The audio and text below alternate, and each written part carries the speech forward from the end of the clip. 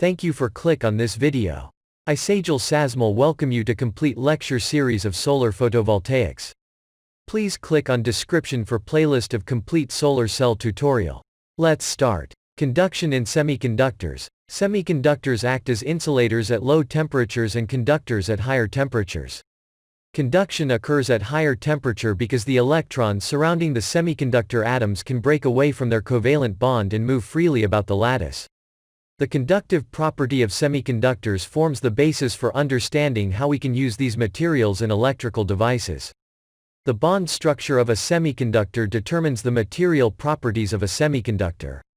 One key effect are the energy levels which the electrons can occupy and how they move about the crystal lattice. The electrons in the covalent bond formed between each of the atoms in the lattice structure are held in place by this bond, and hence they are localized to the region surrounding the atom.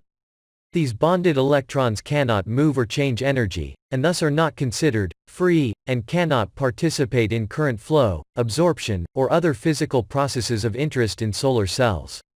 However, only at absolute zero are all electrons in this stuck, bonded arrangement. At elevated temperatures, especially at the temperatures where solar cells operate, electrons can gain enough energy to escape from their bonds. When this happens, the electrons are free to move about the crystal lattice and participate in conduction. At room temperature, a semiconductor has enough free electrons to allow it to conduct current. At or close to absolute zero, a semiconductor behaves like an insulator. When an electron gains enough energy to participate in conduction, is free, it is at a high energy state.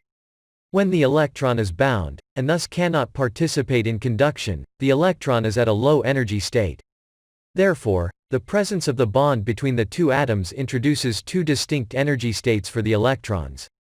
The electron cannot attain energy values intermediate to these two levels. It is either at a low energy position in the bond, or it has gained enough energy to break free and therefore has a certain minimum energy. This minimum energy is called the band gap of a semiconductor. The number and energy of these free electrons, those electrons participating in conduction, is basic to the operation of electronic devices. The space left behind by the electrons allows a covalent bond to move from one electron to another, thus appearing to be a positive charge moving through the crystal lattice. This empty space is commonly called a hole, and is similar to an electron, but with a positive charge.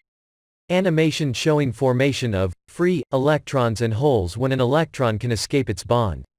The most important parameters of a semiconductor material for solar cell operation are the band gap, the number of free carriers, electrons or holes, available for conduction, and the generation and recombination of free carriers, electrons or holes, in response to light shining on the material.